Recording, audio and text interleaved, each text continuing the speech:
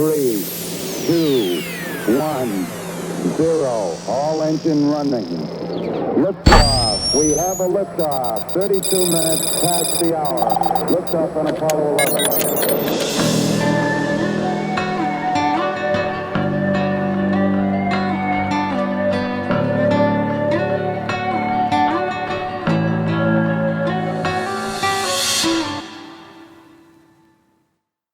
Alright, well, welcome to Roots of Reality Experiences. My name is Ben Baumann, and today I'm going to be talking about the history of bad laws. So, for thousands of years, various human societies have had some sort of legal system. Unfortunately, though, by our modern standards, many of these legal systems were highly flawed. For instance, slavery, human and animal sacrifice, class discrimination, religious discrimination, discrimination against the disabled, against women, and ethnic discrimination are all examples of various bad practices that were completely legal for much of human history. As a matter of fact, there are bad laws that have existed for thousands of years. They're still not uncommon even today. For example, the idea of having authoritarian rulers like kings go back thousands of years to the beginning of human civilization in ancient Sumeria in the Middle East, yet today there are several countries that are still ruled by kings or other legal authoritarian rulers. Another example is legal discrimination against women. In ancient Babylon, under law, women had less rights than men, and today this is still legal in several countries as well. Lastly, another big one is discrimination against non-heterosexuals, which was common throughout history and still today, even being someone who is not heterosexual is illegal in several nations around the world. Now, luckily, there are many nations around the modern world today that no longer allow these bad laws to be legal. However, that doesn't mean they still don't happen. For example, there are even many nations that claim to be democracies, but in reality, they have fake elections and pretend being president for life is somehow democratic.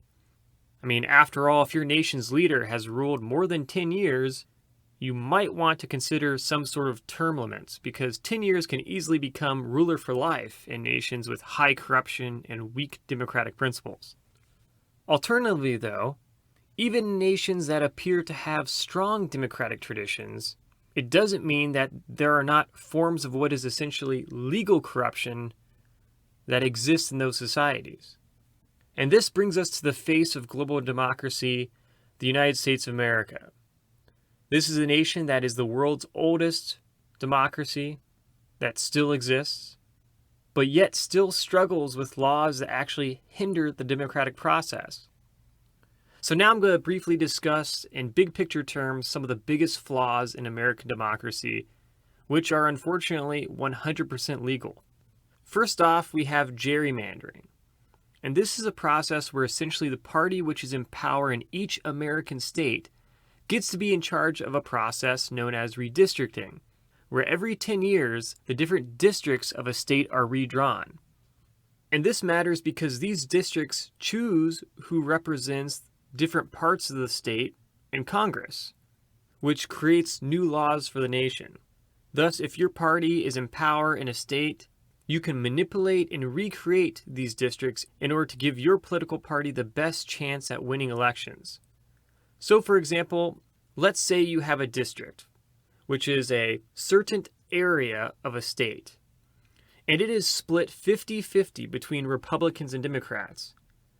In turn, if your party is in charge of the state legislature, you can change this district every 10 years by making it so less and less people that support the opposition party are in that district.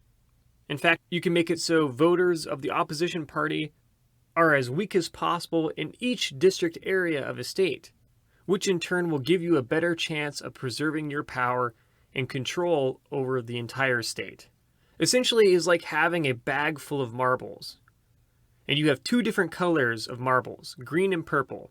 And you decide to remove as many green marbles as you can from the bag, so you're much more likely to take a purple marble out instead of a green one. And this is kind of what happens with gerrymandering. You redraw all these different districts any way you can, to limit the influence of voters of the opposition party. Now, this begs the question, why on earth is this allowed? Unfortunately, the popularization of this practice goes back to 1812 to the governor of the state of Massachusetts named Elbridge Gerry, who used the redistricting process to give his party a political advantage. Thus, since then, the practice has become widespread across the United States, where both Republicans and Democrats have historically used it as a way of trying to preserve their power. Now, on the bright side, some states have decided to create independent commissions not affiliated with a political party to be in charge of redistricting in order to prevent gerrymandering. But most states still refuse to do this because the political parties in charge want to keep their power. Next, there is also the issue of money in politics. For example, in American politics, in order to get elected to Congress, to become president, or even get elected to state legislatures, or become the governor of a state, you will need some sort of financial support, which will allow you to advertise to the public your campaign to get elected into the government. Now, ideally, there wouldn't be a need for money in politics. However, the biggest problem with money in politics comes from large organizations like big corporations that essentially try to legally bribe politicians via large financial donations to convince politicians into supporting or rejecting legislation that helps or harms their organization in a process known as lobbying. In turn, a political figure can increase their chances of preserving their power in government by accepting lots of money from these giant corporations, which will allow them to advertise their campaign and help trying to convince people to vote for them. And this is a major problem because though it is okay for people to support their favorite candidate, or even organizations to communicate to a candidate why certain laws are good or bad for their organization or their industry as a whole, especially given the fact that many politicians are not experts on many different industries and their roles in society. However, when we allow organizations to donate lots and lots of money to politicians for influence, we end up rewarding a morally corrupt practice and giving corporations more influence in the people. After all, who's going to have more money to influence a politician? Is it going to be a giant corporation like Amazon, or is it going to be some guy down the street from you? It's probably going to be Amazon. And some good examples of this historically are companies like fossil fuel companies, which deny climate change is real and will then donate money to politicians in order to protect their fossil fuel industries by ensuring that politicians do nothing to fight climate change and make it so human societies continue to be dependent on fossil fuels. Because obviously, if you start creating alternatives to fossil fuels, which are the main cause of climate change, then those industries lose money.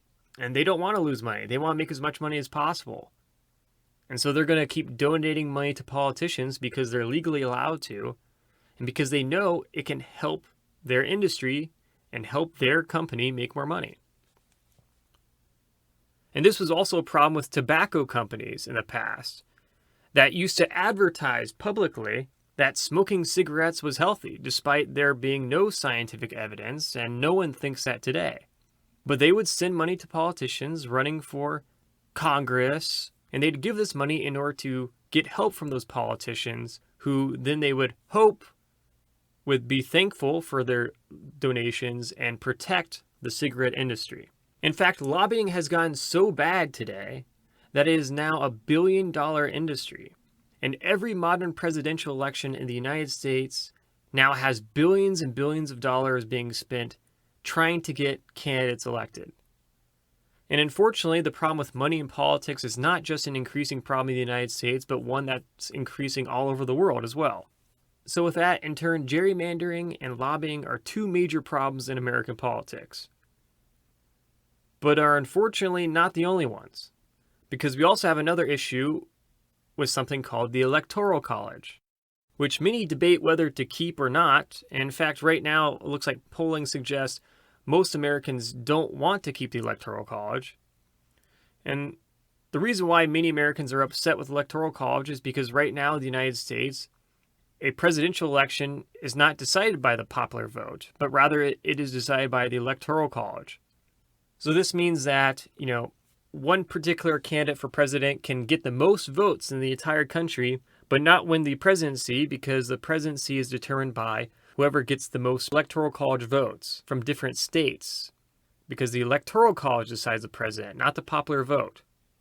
And the problem with that is that all but a couple states are not competitive at all, meaning the winner of that state will get all of the Electoral College votes, because each state is worth a certain number of Electoral College votes in the presidential race, but those votes in most states are not given to each candidate based on the percentage of the vote they get, but rather based on whoever gets the most votes in a state gets all of the electoral votes from that state. As a result of this practice, it has made it so most states in the United States are not competitive, meaning most states are almost always going to be automatic wins for Republicans or Democrats, because the majority of their population always votes for a particular party.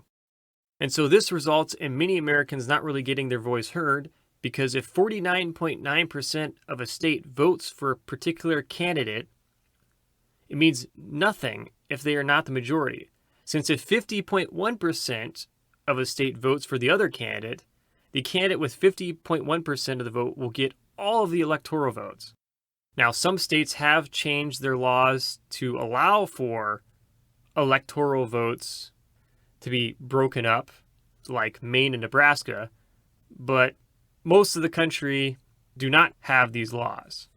Therefore, if we truly want to increase the voice of all citizens in the U.S., we must ensure that the Electoral College system is more complex, so presidential candidates no longer only compete for just a handful of states which are competitive.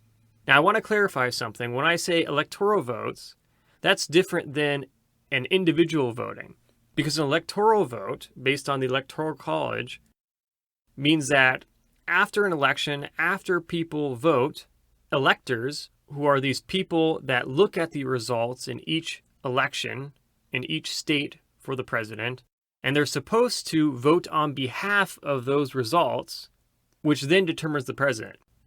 Now, it has become popular in recent years to call for the Electoral College to be abolished and replaced with the popular vote. However, there is a danger of creating the same sort of problem. For instance, the largest states almost always have the largest say in an election, and each state is located in a different part of a large country with different economies based on different resources and different climates. So potentially a new problem could be created if you were to completely get rid of the Electoral College. Thus, if there is no Electoral College, then as a presidential candidate, the only people you should really focus on to win an election are those that live in the large states. So at the end of the day, there is no question the election system needs to be reformed, but the question is, how much should it be changed? After all, historically, it is usually wise to reform things one step at a time to determine how much something should be changed before going too far and creating a new issue while trying to fix an issue. Additionally, as I mentioned earlier about electors and electoral votes, another problem comes from that aspect of Electoral College, because when a president wins a state, these individuals called electors cast the official vote on behalf of the people of a state based on how the people voted in the election, as I mentioned earlier. Unfortunately, though, electors do not legally, based on the U.S. Constitution, have to cast a vote based on the state's election results. So, for example, if Pennsylvania voted for the Democrat presidential candidate, an elector could technically still cast the vote for the Republican candidate instead. However, this is historically a rare thing, but it is still possible, and it is something that should be made officially illegal. So finally, just finishing up here, the last few things that also impede the democratic process I want to point out include things like having no term limits for Congress members. I mentioned there are no term limits for world leaders around the world in different nations. In the U.S., this problem does occur for Congress, where you can have someone who serves, over 30 years or more in Congress, which, especially in a world of gerrymandering, which helps protect people from getting voted out of office, can really give an individual too much power. Also, voter suppression should not be allowed and should be monitored more, because some politicians like to create laws with the idea of making it harder for people of the other party to vote. For example, some politicians try to restrict when people can vote and how people can vote in order to make it harder to vote, which at the end of the day doesn't help democracy much, because after all, there should be a balance between having regulations in place to ensure the voting process is fair and not fraudulent, but we should also ensure that every citizen has the ability to vote if they choose to, and making it harder to vote doesn't really protect elections. It makes it worse in many ways, because you're not really making it harder to hack into election systems and to try to change results or to prevent ballot stuffing or practices that historically around the world make elections fraudulent. Instead, you're just trying to make it so, some person in your town or city who maybe works odd hours and is working all the time, you're making it so it's harder for these people to vote. And that's not really what democracy is about. So overall, American democracy and democracies all over the world certainly have their flaws and need to be reformed. But change will only happen if people care enough to make change happen in the first place, by getting involved in politics, whether that's by contacting their government officials and state government and federal government, and by voting out politicians that really don't care much about democracy. And if you live in a nation where there really is no democracy, that's something that people also need to figure out and try to get involved with to help reform it. Obviously, that's very complex and can be very dangerous. So it'll take a lot of skill and creative ideas to make those changes in ways which will help get your nation on the path to democracy. But that's part of the process if you actually want democracy to occur. Because after all, government reform is a slow process, and it doesn't change things very fast, and usually it's not as fast as people want. But it is certainly better than having wars where lots of people get killed. So, as always, remember, billions of years led to you, so make the most of it.